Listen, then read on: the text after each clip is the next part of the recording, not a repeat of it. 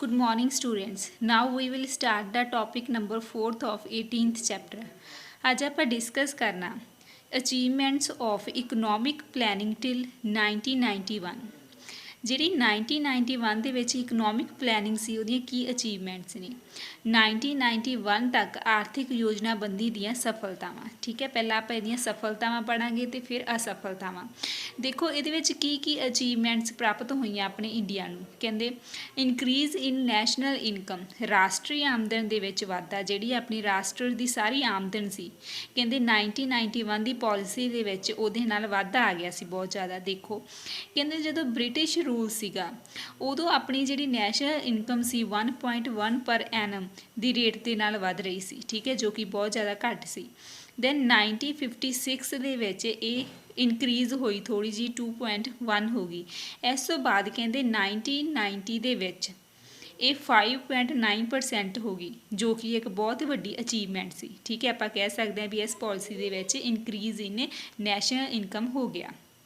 ਹੁਣ ਜਦੋਂ national income ਵੱਧਦੀ ਆ, ਠੀਕ ਹੈ, ਤਾਂ ਇਹਦੇ ਨਾਲ ਇੱਕ ਮੇਨ ਪੁਆਇੰਟ ਜ਼ਰੂਰੀ ਯਾਦ ਰੱਖਣਾ ਕਿ ਜੇ ਨੈਸ਼ਨਲ ਇਨਕਮ ਵੱਧ ਰਹੀ ਆ ਤਾਂ ਜਿਹੜੀ ਪਰ ਕੈਪੀਟਾ ਇਨਕਮ ਆ ਉਹ ਵੀ ਵਧੂਗੀ। ਠੀਕ ਹੈ, ਜਿਹੜੀ ਪ੍ਰਤੀ ਵਿਅਕਤੀ ਆਮਦਨ ਆ ਉਹ ਵੀ ਵਧੂਗੀ। ਠੀਕ ਹੈ, ਇਨਕਰੀਜ਼ ਇਨ ਪਰ ਕੈਪੀਟਾ ਇਨਕਮ। ਕਹਿੰਦੇ ਜਿਹੜੀ ਇਨਕਮ ਸੀਗੀ ਪਰ ਕੈਪੀਟਾ ਇਨਕਮ ਆ ਉਹਦੇ ਵਿੱਚ ਵੀ ਬਹੁਤ ਜ਼ਿਆਦਾ ਵਾਧਾ ਹੋਇਆ। ਠੀਕ ਹੈ, ਜਿਹੜੀ ਪਰ ਕੈਪੀਟਾ ਇਨਕਮ ਆ ਉਹ ਇੱਕ ਇੰਡੀਕੇਟਰ ਹੁੰਦਾ ਵੀ ਜਿਹੜੀ ਇਕਨੋਮਿਕ ਗਰੋਥ ਆਪਣੀ ਬਹੁਤ ਜ਼ਿਆਦਾ ਹੋ ਰਹੀ ਆ।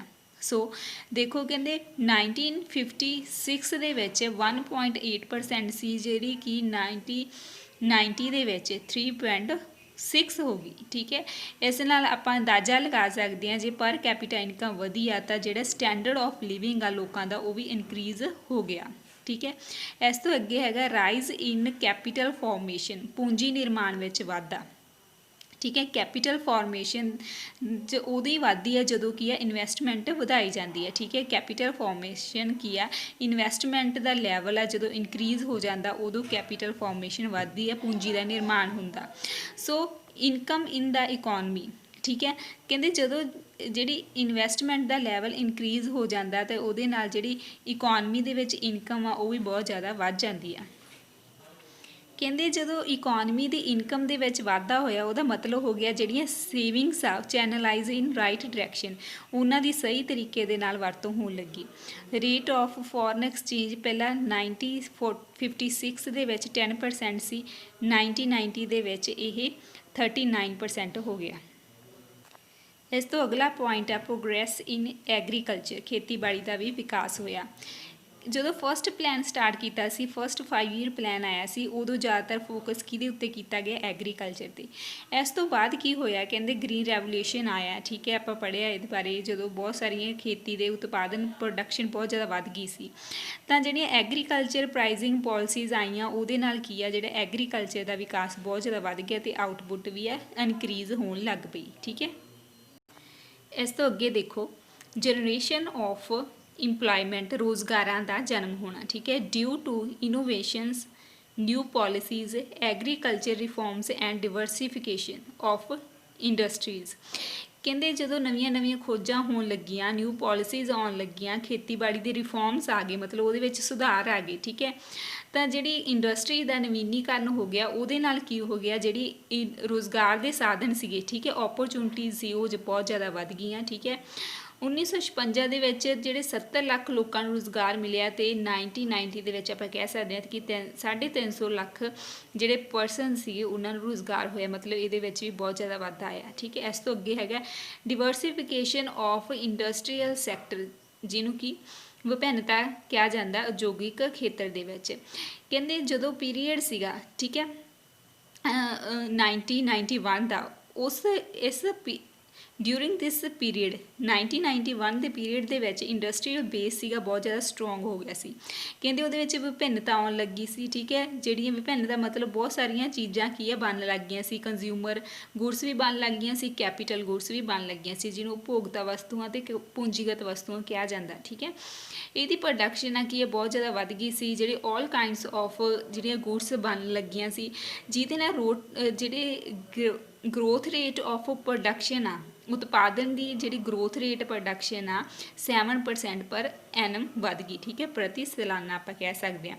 ਇਸ ਤੋਂ ਅੱਗੇ ਕੀ ਆ, ਸੋਸ਼ਲ ਇਨਫਰਾਸਟਰਕਚਰ, ਜਿਹਨੂੰ ਸਮਾਜਿਕ ਸੰਰਚਨਾ ਕਿਹਾ ਜਾਂਦਾ, ਠੀਕ ਹੈ। ਕਹਿੰਦੇ ਦੇਖੋ ਫੈਸਿਲਿਟੀਜ਼ ਬਹੁਤ ਸਾਰੀਆਂ ਹੁੰਦੀਆਂ ਜਿਹੜੀਆਂ ਸੋਸ਼ਲ ਇਨਫਰਾਸਟਰਕਚਰ ਦੇ ਵਿੱਚ ਆਉਂਦੀਆਂ, ਜਿਵੇਂ ਹੈਲਥ ਹੋ ਗਈ, ਹਾਊਸਿੰਗ ਹੋ ਗਈ, ਐਜੂਕੇਸ਼ਨ ਹੋ ਗਈ, ਠੀਕ ਹੈ।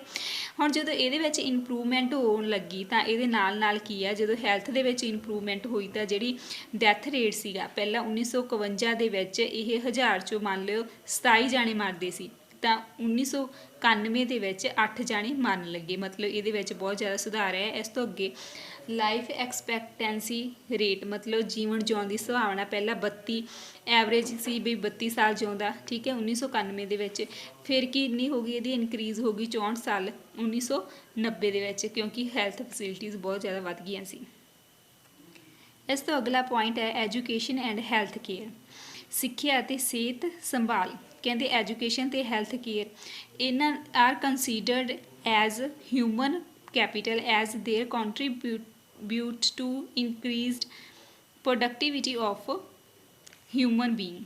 ਕਹਿੰਦੇ ਜਿਹੜੀ ਐਜੂਕੇਸ਼ਨ ਆ ਐਂਡ ਹੈਲਥ ਆ, ਇਹਨੂੰ ਕਿਹਦੇ ਨਾਲ ਕੰਸੀਡਰ ਕੀਤਾ ਜਾਂਦਾ, ਕਹਿੰਦੇ ਇਹਨੂੰ ਇੱਕ ਤਰ੍ਹਾਂ ਦੀ ਮਨੁੱਖੀ ਪੂੰਜੀ ਸਮਝਿਆ ਜਾਂਦਾ, ਠੀਕ ਹੈ।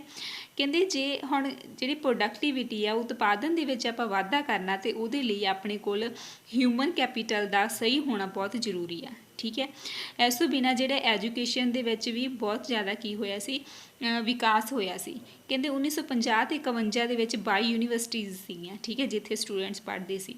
2000 ਤੇ 2001 ਦੇ ਵਿੱਚ ਇਹ 22 ਤੋਂ ਵੱਧ ਕੇ 254 ਹੋ ਗਈਆਂ, ਠੀਕ ਹੈ, ਜੋ ਕਿ ਬਹੁਤ ਜ਼ਿਆਦਾ ਵਾਧਾ ਸੀ ਇਹਦੇ ਵਿੱਚ। ਇਸ ਤੋਂ ਬਿਨਾਂ ਜਿਹੜਾ ਸਮਾਲ ਪੌਕਸ, ਪੋਲੀਓ, TB ਵਗੈਰਾ ਜਿਹੜੀਆਂ ਬਿਮਾਰੀਆਂ ਸੀ ਬਹੁਤ ਹੀ ਜ਼ਿਆਦਾ ਭਿਆਨਕ ਸੀਗੀਆਂ, ਠੀਕ ਹੈ, ਉਹਨਾਂ ਦੇ ਉੱਤੇ ਵੀ ਕੰਟਰੋਲ ਕਰ ਲਿੱਤਾ ਗਿਆ, ਠੀਕ ਹੈ। ਇਸ ਤੋਂ ਅੱਗੇ ਹੈਗਾ ਸਾਇੰਸ ਐਂਡ ਟੈਕਨੋਲੋਜੀ, ਸਾਇੰਸ ਅਤੇ ਤਕਨੀਕੀ ਦੇ ਵਿੱਚ ਵੀ ਬਹੁਤ ਵਿਕਾਸ ਆਇਆ। ਕਹਿੰਦੇ India is a 3rd most preferred destination for technology investment. Technology investment ਦੇ ਤੌਰ 'ਤੇ ਆਪਾਂ ਦੇਖੀਏ ਤਾਂ ਜਿਹੜਾ ਇੰਡੀਆ ਦਾ 3rd ਨੰਬਰ ਆਉਂਦਾ ਕਿ ਇਹ ਪ੍ਰੈਫਰਡ ਕਰਦਾ, ਠੀਕ ਹੈ। ਇਸ ਤੋਂ ਅੱਗੇ ਜਿਹੜਾ ਇੰਡੀਆ ਨੇ ਪ੍ਰੋਗਰੈਸ ਕੀਤਾ ਨਿਊਕਲੀਅਰ ਟੈਕਨੋਲੋਜੀ ਦੇ ਵਿੱਚ, ਠੀਕ ਹੈ। USA 1st ਨੰਬਰ 'ਤੇ, ਰਸ਼ੀਆ 2nd 'ਤੇ, ਇੰਡੀਆ 3rd ਨੰਬਰ 'ਤੇ ਆ ਜਾਂਦਾ ਸਾਇੰਟੀਫਿਕ ਮੈਨ ਪਾਵਰ ਦੇ ਵਿੱਚ, ਠੀਕ ਹੈ। ਮਤਲਬ ਇਹਦੇ ਵਿੱਚ ਵੀ ਬਹੁਤ ਵਿਕਾਸ ਹੋਇਆ। ਇਸ ਤੋਂ ਅੱਗੇ ਜਿਹੜਾ ਫੋਰਨ ਟਰੇਡ ਆ, ਵਿਦੇਸ਼ੀ ਵਪਾਰ ਆ, ਉਹਦੇ ਵਿੱਚ ਵੀ ਕੀ ਹੈ ਬਹੁਤ ਜ਼ਿਆਦਾ ਵਾਧਾ ਹੋਇਆ ਡਿਊਰਿੰਗ ਦਾ 5 ਈਅਰ ਪਲਾਨਸ। ਕਹਿੰਦੇ 5 ਈਅਰ ਪਲਾਨਸ ਦੇ ਵਿੱਚ ਜਿਹੜੇ ਇੰਡੀਆ ਸੀਗਾ, ਠੀਕ ਹੈ, ਉਹਨਾਂ ਨੇ ਵਿਦੇਸ਼ੀ ਵਪਾਰ ਵੱਲ ਬਹੁਤ ਧਿਆਨ ਦਿੱਤਾ, ਠੀਕ ਹੈ। ਹੁਣ ਉਹ ਕਿਸੇ ਹੋਰ 'ਤੇ ਡਿਪੈਂਡ ਨਹੀਂ ਕਰਦਾ ਸੀ ਆਪਣੀਆਂ ਵਸਤੂਆਂ ਅਤੇ ਸੇਵਾਵਾਂ ਲਈ, ਠੀਕ ਹੈ, ਜ਼ਿਆਦਾ ਇੰਪੋਰਟਸ ਨਹੀਂ ਕਰਵਾਉਂਦਾ ਸੀਗਾ। ਤਾਂ ਕਰਕੇ ਹੁਣ ਉਹਨਾਂ ਨੇ ਉਹ ਕੀ ਸੀ, ਪਹਿਲਾਂ ਤਾਂ ਡਿਪੈਂਡ ਕਰਦਾ ਸੀ ਅਦਰ ਕੰਟਰੀਜ਼ 'ਤੇ, ਪਰ ਇਸ ਤੋਂ ਬਾਅਦ ਕੀ ਆ ਉਹ ਆਪਣੀ ਹੀ ਕੰਟਰੀ ਦੇ ਵਿੱਚ ਸਾਰੀਆਂ ਚੀਜ਼ਾਂ ਨੂੰ ਪ੍ਰੋਡਿਊਸ ਕਰਨ ਲੱਗਿਆ, ਮਤਲਬ ਵਿਦੇਸ਼ੀ ਵਪਾਰ ਦੇ ਵਿੱਚ ਵੀ ਉਹਨਾਂ ਨੇ ਤਰੱਕੀ ਕੀਤੀ। ਇਸ ਤੋਂ ਅੱਗੇ ਆਪਾਂ failures of economic planning in India till 1991 ਇਹ ਡਿਸਕਸ ਕਰਦੇ ਹਾਂ ਕਿ 1991 ਤੱਕ ਦੀ ਆਰਥਿਕ ਯੋਜਨਾਵਾਂ ਦੀਆਂ ਕੀ ਅਸਫਲਤਾਵਾਂ, ਜੋ ਕਿ ਬਹੁਤ ਈਜ਼ੀ ਆ। ਇਹਦਾ ਫਸਟ ਇੰਪ੍ਰੈਸ਼ਨ ਹੈਗਾ ਜਿਹੜਾ ਬੈਡ ਪਿਆ, ਠੀਕ ਹੈ, ਜਾਂ ਆਪਾਂ ਕਹਿ ਸਕਦੇ ਹਾਂ ਵੀ ਇਹਦੇ ਫੇਲੀਅਰਸ ਕੀ ਆ। ਕਹਿੰਦੇ ਜਿਹੜਾ ਰਾਈਜ਼ ਇਨ ਪ੍ਰਾਈਜ਼, ਕੀਮਤਾਂ ਦੇ ਵਿੱਚ ਬਹੁਤ ਜ਼ਿਆਦਾ ਵਾਧਾ ਹੋ ਗਿਆ, ਠੀਕ ਹੈ, ਇਹਨਾਂ ਪੋਲਿਸੀਜ਼ ਦੇ ਕਾਰਨ। ਪਹਿਲਾਂ ਕਹਿੰਦੇ 1956 ਦੇ ਵਿੱਚ ਕੀ ਸੀਗਾ, ਜਿਹੜੀ ਆਪਾਂ ਕਹਿ ਸਕਦੇ ਪ੍ਰਾਈਜ਼ ਲੈਵਲ ਸੀਗਾ ਉਹ 6% ਦੇ ਨੀਅਰ ਅਬਾਊਟ ਸੀਗਾ, ਠੀਕ ਹੈ। ਅਤੇ 1990 ਦੇ ਵਿੱਚ ਇਹ ਹੋ ਗਿਆ 16.7, ਠੀਕ ਹੈ, ਜੋ ਕਿ ਬਹੁਤ ਜ਼ਿਆਦਾ ਵੱਧ ਗਿਆ। ਇਸ ਤਰ੍ਹਾਂ ਆਪਾਂ ਕਹਿ ਸਕਦੇ ਹਾਂ ਵੀ ਇਹਦਾ ਕੀ ਫੇਲੀਅਰ ਰਿਹਾ ਕਿ ਪ੍ਰਾਈਜ਼ ਦੇ ਵਿੱਚ ਰਾਈਜ਼ ਆਉਣ ਲੱਗਿਆ, ਮਹਿੰਗਾਈ ਆਉਣ ਲੱਗੀ, ਮਤਲਬ ਇਨਕਰੀਜ਼ ਇਨ ਅਨਇੰਪਲੋਇਮੈਂਟ, ਠੀਕ ਹੈ। ਜਿਹੜਾ ਆਪਾਂ ਕਿਹਾ ਸੀਗਾ ਵੀ ਅਚੀਵ ਕਰ ਲਿਆ ਸੀ ਉਹਨਾਂ ਨੇ ਲੈਵਲ, ਪਿੱਛੇ ਆਪਾਂ ਪੜ੍ਹ ਕੇ ਆਏ ਹਾਂ ਵੀ ਉਹ ਵੱਧ ਗਈ ਸੀ, ਪਰ ਕਹਿੰਦੇ ਇਹ ਪ੍ਰੋਬਲਮ ਕੀ ਆ ਅਨਇੰਪਲੋਇਮੈਂਟ ਦੀ ਉਦੋਂ ਸੀਗੀ, ਠੀਕ ਹੈ। ਇਹਦੇ ਨਾਲ ਕੀ ਆ ਹੋਰ ਵੀ ਬਹੁਤ ਸਾਰੇ ਜਿਹੜੀਆਂ ਸਮਾਜਿਕ ਕੁਰੀਤੀਆਂ ਪੈਦਾ ਹੋਈਆਂ, ਠੀਕ ਹੈ। ਹੁਣ ਦੇਖੋ ਜਦੋਂ ਆਪਾਂ ਨੂੰ ਪਤਾ ਵੀ ਰੁਜ਼ਗਾਰ ਬਹੁਤ ਜ਼ਿਆਦਾ ਲੋਕਾਂ ਦਾ ਘੱਟ ਰਿਹਾ ਅਤੇ ਉਹਦੇ ਨਾਲ ਕੀ ਆ ਲੋਕ ਕ੍ਰਾਈਮ ਵਗੈਰਾ ਕਰਨ ਲੱਗ ਜਾਂਦੇ ਆ, ਠੀਕ ਹੈ, ਕਿਉਂਕਿ ਉਹਨਾਂ ਕੋਲ ਕੋਈ ਕੰਮ ਨਹੀਂ ਹੁੰਦਾ। ਸੋ ਕੀ ਆ ਇਸ ਪੋਲਿਸੀ ਦੇ ਅੰਡਰ ਕੀ ਆ ਇਨਕਰੀਜ਼ ਇਨ ਅਨਇੰਪਲੋਇਮੈਂਟ, ਬੇਰੁਜ਼ਗਾਰੀ ਦੇ ਵਿੱਚ ਵਾਧਾ ਹੋਇਆ, ਠੀਕ ਹੈ। ਇਸ ਤੋਂ ਅੱਗੇ ਕੀ ਆ ਸਲੋ ਗਰੋਥ ਇਨ ਪ੍ਰੋਡਕਸ਼ਨ ਸੈਕਟਰ। ਇਹਦੇ ਵਿੱਚ ਕੀ ਆ ਦੇਖੋ ਜਿਹੜੇ 5 ਈਅਰ ਪਲਾਨਸ ਬਣਾਏ ਗਏ ਸੀ ਉਹਦੇ ਵਿੱਚ ਜਿਹੜੀ ਗਰੋਥ ਰੇਟ ਸੀਗੀ, ਠੀਕ ਹੈ, ਪ੍ਰੋਡਕਸ਼ਨ ਦੀ ਉਹ ਬਹੁਤ ਜ਼ਿਆਦਾ ਸਲੋ ਹੋ ਗਈ ਸੀ, ਕਿਉਂਕਿ ਕਹਿੰਦੇ ਜਿਹੜੇ ਏਰੀਆ ਸੀਗੇ, ਰੂਰਲ ਏਰੀਆ ਸੀ, ਪੇਂਡੂ ਖੇਤਰ ਸੀ, ਉਹਦੇ ਵਿੱਚ ਕੀ ਹੈ ਇੰਡਸਟਰੀਜ਼ ਬਹੁਤ ਘੱਟ ਸੀਗੀਆਂ, ਠੀਕ ਹੈ। ਤਾਂ ਕਰਕੇ ਕੀ ਹੋਇਆ, ਕਹਿੰਦੇ ਗ੍ਰੀਨ ਰੈਵੋਲੂਸ਼ਨ ਆਇਆ ਤਾਂ ਸੀਗਾ, ਪਰ ਇਹ ਕੀ ਆ ਕੁਝ ਕੁ ਰਾਜਾਂ ਦੇ ਵਿੱਚ ਆਇਆ ਸੀ, ਬਾਕੀ ਕੀ ਆ ਪਛੜੇ ਰਹਿ ਗਏ ਸੀ, ਠੀਕ ਹੈ।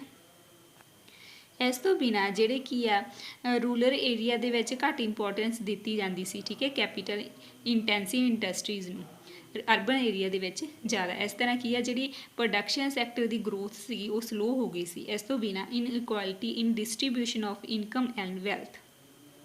ਇਸ ਤੋਂ ਅੱਗੇ ਦੇਖੋ, ਕਹਿੰਦੇ ਇਨਇਕੁਆਲਿਟੀ ਮਤਲਬ ਆ ਸਮਾਨਤਾ ਕਿਹਦੇ ਵਿੱਚ ਸੀ, ਕਿਹਦੇ ਡਿਸਟਰੀਬਿਊਸ਼ਨ ਦੇ ਵਿੱਚ, ਇਨਕਮ ਐਂਡ ਵੈਲਥ। ਇਹਦੇ ਨਾਲ ਕੀ ਪ੍ਰੋਬਲਮ ਆ ਜਾਂਦੀ ਹੈ ਕਿ ਜਿਹੜੇ 5 ਈਅਰ ਪਲਾਨ ਸੀ ਉਹਦਾ ਮੁੱਖ ਉਦੇਸ਼ ਮੰਨਿਆ ਗਿਆ ਸੀਗਾ ਕਿ ਵੀ ਜਿਹੜਾ ਇਨਇਕੁਆਲਿਟੀ ਹੈ ਉਹਨੂੰ ਘੱਟ ਕਰਨਾ, ਠੀਕ ਹੈ, ਡਿਸਟਰੀਬਿਊਸ਼ਨ ਵਿੱਚ ਇਨਇਕੁਆਲਿਟੀ ਉਹਨੂੰ ਘੱਟ ਕਰਨਾ, ਪਰ ਇਹਦੇ ਵਿੱਚ ਵੀ ਪੂਰੀ ਤਰ੍ਹਾਂ ਅਸਫਲ ਰਿਹਾ, ਠੀਕ ਹੈ। ਜਿਹੜੇ ਰਿਚ ਪੀਪਲ ਸੀ ਉਹ ਹੋਰ ਜ਼ਿਆਦਾ ਰਿਚ ਹੋਣ ਲੱਗੇ ਅਤੇ ਜਿਹੜੇ ਪੂਅਰ ਸੀ ਉਹ ਹੋਰ ਜ਼ਿਆਦਾ ਪੂਅਰ ਹੋਣ ਲੱਗੇ। ਇਸ ਤੋਂ ਅੱਗੇ ਹੈਗਾ ਇਨਸੈਫੀਸ਼ੈਂਟ ਐਡਮਿਨਿਸਟ੍ਰੇਸ਼ਨ ਹੁੰਦਾ ਪ੍ਰਸ਼ਾਸਨ, ਠੀਕ ਹੈ, ਜੋ ਕਿ ਬਹੁਤ ਜ਼ਿਆਦਾ ਅਯੋਗ ਸੀਗਾ। ਦੇਖੋ ਜਿਹੜਾ UNO ਸੀਗਾ, ਠੀਕ ਹੈ, ਉਹਦੇ ਐਕਸਪਰਟ ਟੀਮ ਸੀ ਉਹਦੀ, ਉਹਨਾਂ ਨੇ ਕਿਹਾ ਵੀ ਜਿਹੜੇ ਭਾਰਤ ਦੇ ਵਿੱਚ ਯੋਜਨਾਵਾਂ ਲਾਗੂ ਹੋਈਆਂ, ਠੀਕ ਹੈ, ਉਹਨਾਂ ਦੇ ਵਿੱਚ ਕਮੀ ਆ, ਠੀਕ ਹੈ।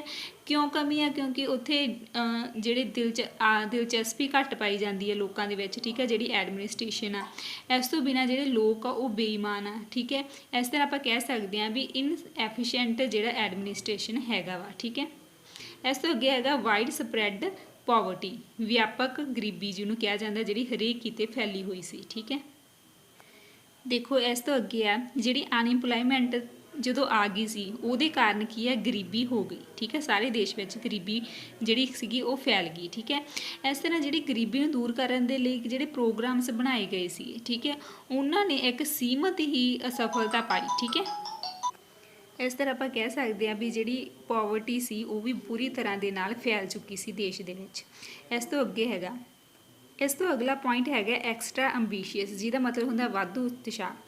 ਕਹਿੰਦੇ ਇਹਦੀ ਆਲੋਚਨਾ ਕੀਤੀ ਗਈ ਭਾਰਤੀ ਯੋਜਨਾਵਾਂ ਦੀ, ਠੀਕ ਹੈ, ਵੀ ਇਹ ਪੂਰੇ ਨਹੀਂ ਹੋਏ, ਕਿਉਂਕਿ ਕਹਿੰਦੇ ਇਹਦੇ ਵਿੱਚ ਉਤਸ਼ਾਹ ਤਾਂ ਬਹੁਤ ਜ਼ਿਆਦਾ ਸੀ, ਪਰ ਇਹਦੇ ਵਿੱਚ ਕੀ ਹੈ, ਇਹਨੂੰ ਜਦੋਂ ਇੰਪਲੀਮੈਂਟ ਕੀਤਾ ਗਿਆ, ਇਹਨੂੰ ਲਾਗੂ ਕੀਤਾ ਗਿਆ, ਤਾਂ ਆਪਣੇ ਜਿਹੜੇ ਰਿਸੋਰਸਿਸ ਆ ਉਹਨਾਂ ਦੀ ਕਮੀ ਆ ਅਤੇ ਇਹਨੂੰ ਗਲਤ ਢੰਗ ਦੇ ਨਾਲ ਲਾਗੂ ਕੀਤਾ ਗਿਆ। ਸੋ ਕੀ ਹੋਇਆ, ਤਾਂ ਇਸ ਢੰਗ ਨਾਲ ਜਿਹੜਾ gap between the targets and achievements, ਜਿਹੜੇ ਟਾਰਗੇਟ ਸੀਗੇ, ਠੀਕ ਹੈ, ਉਹ ਉਦੇਸ਼ ਸੀਗੇ ਅਤੇ ਅਚੀਵਮੈਂਟ ਸੀ, ਉਹਨਾਂ ਦੇ ਵਿੱਚ ਬਹੁਤ ਜ਼ਿਆਦਾ ਕੀ ਆ ਫਰਕ ਆ ਗਿਆ। ਮਤਲਬ ਟਾਰਗੇਟ ਤਾਂ ਉਹਨਾਂ ਨੇ ਬਣਾ ਦਿੱਤੇ ਸੀ, ਪਰ ਉਹਨਾਂ ਦੀ ਸਹੀ ਤਰ੍ਹਾਂ ਅਚੀਵਮੈਂਟ ਨਹੀਂ ਕੀਤੀ ਗਈ ਸੀ, ਠੀਕ ਹੈ। ਇਸ ਤੋਂ ਅਗਲਾ ਪੁਆਇੰਟ ਹੈਗਾ ਪੈਰਾਡੌਕਸ ਆਫ ਸੇਵਿੰਗ ਐਂਡ ਇਨਵੈਸਟਮੈਂਟ, ਜਿਹੜੀ ਬੱਚਤ ਆ ਅਤੇ ਨਿਵੇਸ਼ ਆ ਉਹਦੇ ਵਿੱਚ ਕੀ ਆ ਵਿਗਾੜ ਆ ਗਿਆ ਸੀਗਾ, ਠੀਕ ਹੈ। ਕਹਿੰਦੇ ਨਿਵੇਸ਼ ਦੇ ਸੇਵਿੰਗ ਦੇ ਵਿੱਚ ਬਹੁਤ ਜ਼ਿਆਦਾ ਵਾਧਾ ਆਇਆ, ਠੀਕ ਹੈ, ਪਲੈਨਿੰਗ ਦੇ ਪੀਰੀਅਡ ਦੇ ਵਿੱਚ, ਪਰ ਫਿਰ ਵੀ ਆ ਕੀ ਆ ਇਹਦੀ ਜਿਹੜੀ ਵਿਕਾਸ ਦਰ ਆ ਉਹ ਬਹੁਤ ਜ਼ਿਆਦਾ ਸਲੋ ਰਹੀ। ਕਹਿੰਦੇ ਬਹੁਤ ਸਾਰੇ ਫੈਕਟਰਸ ਆ ਇਹਦੇ ਵਿੱਚ ਵਿਗਾੜ ਆਉਣ ਦੇ।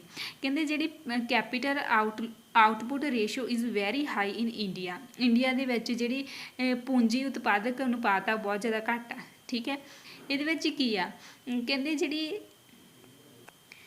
ਜਿਹੜੀ ਪੂੰਜੀ ਦਾ ਅਨੁਪਾਤ ਆ ਉਹ 3.6 ਆ, ਅਤੇ ਜਿਹੜਾ ਆਪਾਂ ਕਹਿ ਸਕਦੇ ਹਾਂ ਵੀ ਜਿਹੜੀ ਆਊਟਪੁੱਟ ਦੀ ਰੇਸ਼ੀਓ ਆਊਟਪੁੱਟ 1 ਦੇ ਹਿਸਾਬ ਨਾਲ ਆ ਰਹੀ ਹੈ, ਮਤਲਬ ਜਿੰਨੀ ਕੈਪੀਟਲ ਲੱਗ ਰਹੀ ਹੈ ਉਹਦੇ ਹਿਸਾਬ ਨਾਲ ਆਊਟਪੁੱਟ ਘੱਟ ਆਉਂਦੀ ਆ। ਇਹ ਕਿਉਂ ਘੱਟ ਆ ਰਹੀ ਆ, ਕਿਉਂਕਿ ਕਹਿੰਦੇ ਜਿਹੜੇ ਆਪਣੇ ਜਿਹੜੇ ਸਟਾਕਸ ਆ ਉਹ ਜ਼ਿਆਦਾ ਰੱਖੇ ਜਾਂਦੇ ਆ ਅਤੇ ਜਿਹੜੀ ਕੈਪੀਟਲ ਫਾਰਮੇਸ਼ਨ ਆ ਉਹ ਫਿਕਸਡ ਆ, ਤਾਂ ਕਰਕੇ ਜਿਹੜੀ ਰੇਸ਼ੀਓ ਇਹਦੀ ਬਹੁਤ ਜ਼ਿਆਦਾ ਕੀ ਆ ਹਾਈ ਆ, ਠੀਕ ਹੈ।